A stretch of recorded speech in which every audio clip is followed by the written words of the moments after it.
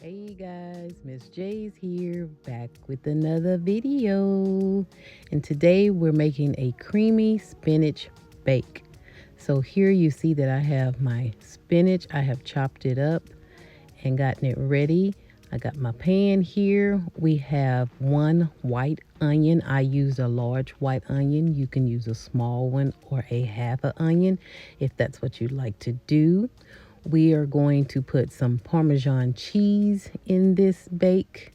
We are also going to use Havarti cheese in this bake. It has a great melt process and flavor. We're going to use some heavy whipping cream, as you can see. Also going to put some garlic. Y'all know I gotta have the garlic, so it ain't going nowhere. I needed some nutmeg, but I didn't have it, so I'm using this 5-spice. And of course, we have our onion powder and our garlic powder. And then we have some butter. Okay? We are also going to use some complete seasonings for our herbs and spices. As you can see here, we now going to go ahead. We have our pan getting hot, and we're adding in about 5.5 tablespoons of butter. You can use 3 is what I probably should have used. I had a little bit too much, but I used 5 anyway. And we're just going to let that melt down till if you want to, you can turn this into a little brown butter, which might add a little bit more flavor to your dish. I didn't quite get brown butter, but I did let it melt down. So now that we've gotten it melted down, we are going to add our chopped onion in here and let it get translucent. We just want to make sure that we get it really nice and flavorful, every bit of those onions with our butter. Oh, I forgot to mention one other ingredient, which is here. I'm going to put some Philadelphia cream cheese in our creamy spinach bake also. So I hope you guys are having a great day.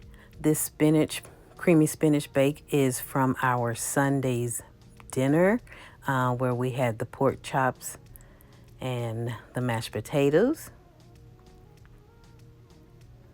So here you see that I am going to put in a heaping spoonful of garlic. You do not have to use this much if you don't want to. A regular teaspoon will do, and even if you desire to put less than that, that will work also. I just wanted to make sure that mine was nice and flavorful, and that I had that garlic taste, because y'all know, again, I like my garlic. So we're just going to make sure that we get our garlic and our onions nice and incorporated and have that garlic and onion taste all throughout as we get ready to move on to our next step. Of course, we've gotten our onions translucent, just like we want them to be. And we're going to go on and put in our spinach first because we want to get it wilted down. You will see that I am kind of doing this a little bit at a time because I have so much spinach, so I have to put a little in the pan, let the heat wilt it, and then add a little bit more and let the heat wilt that, and keep going that way until we have all of our spinach in our pan. I did use the whole container of spinach.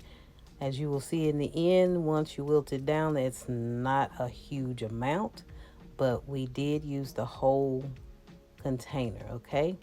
So now that we've gotten the last of our spinach into our pan, we are now just going to continue to let it wilt down.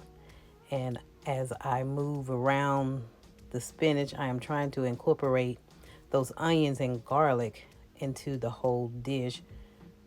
So so that it'll be throughout our spinach. So now we're going to go in with our seasonings. We have our onion powder there, and of course we have our garlic powder. You can use whatever you want to taste, but of course if you need measurements, I would probably start with a teaspoon and a half. There's our complete seasonings. We use about a teaspoon and a half of that also. And then we're going to go in here with our 5 spice. Again, you can use nutmeg if you don't have 5 spice, which is what I would have preferred. But we just use probably about a half a teaspoon of that. And we're just going to go here and continue to get those seasonings incorporated throughout all those leafy spinach leaves that have wilted down. And now we're going to go in with our cream cheese. As you can see, I cut my cream cheese into 4 blocks, but I am going to use all of the cream cheese. If you want to, you can just use half. I may have had a little bit too much in the end, but you can use half depending on the amount of spinach you use, or you can use the whole thing like I did and just let it cook down some. But we're going to go ahead and let our cream cheese melt down in our spinach and our onions and our garlic with our seasonings. So we're just going to break it down. You can let your cream cheese get room temperature, or you can put it in cold. The heat from the spinach in the pan is going to melt it down where you need it to be. So we're just going to continue to go until we get it all melted down, and then it'll look like this, nice and creamy throughout our spinach. And we're going to then add in our half a cup of whipping cream. You can, depending on your melt of your cream cheese, you can do maybe a fourth to a half a cup of cream cheese. It's up to you. You just eyeball it. Make sure you eyeball it and see if it's where you want it to be. Okay. So now we're going to go in and layer in our cheese. Again, I am using Havarti. You can use a block of Havarti. I just use slices because that's what I picked up. And then we're just going to layer it in here. And once it mixes in with our cream cheese and our heavy whipping cream and begin to thicken up a little bit, our sauce and everything.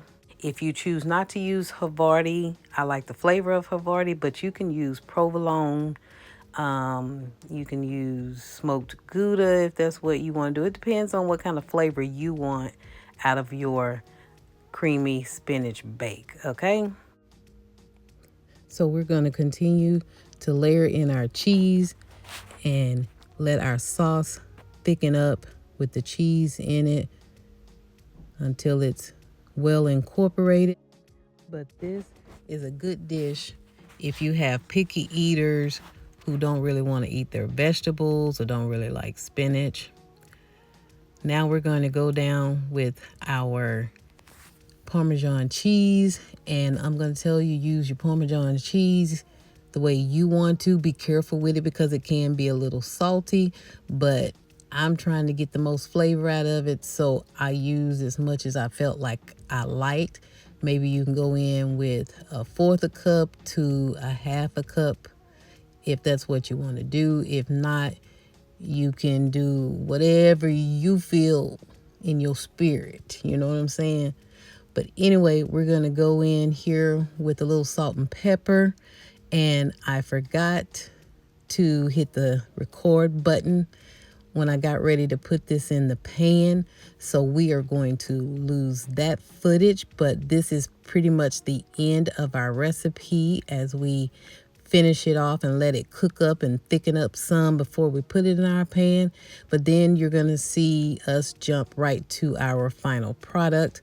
I hope you guys really enjoyed this video. And I hope you consider making this spinach bake because it is really, really good. Again, we're going to just let it finish up here as we stir in our pepper and get it well incorporated. Let it saute in the pan for another 3 minutes or so just to continue to thicken up. And then we're going to put it in our pan. We ask that you guys please give this video a thumbs up, share it with your friends. Let us know what you think about this creamy spinach bake. Here is our final product. Again, thanks for watching, and we will see you guys in our next video coming soon. Bye.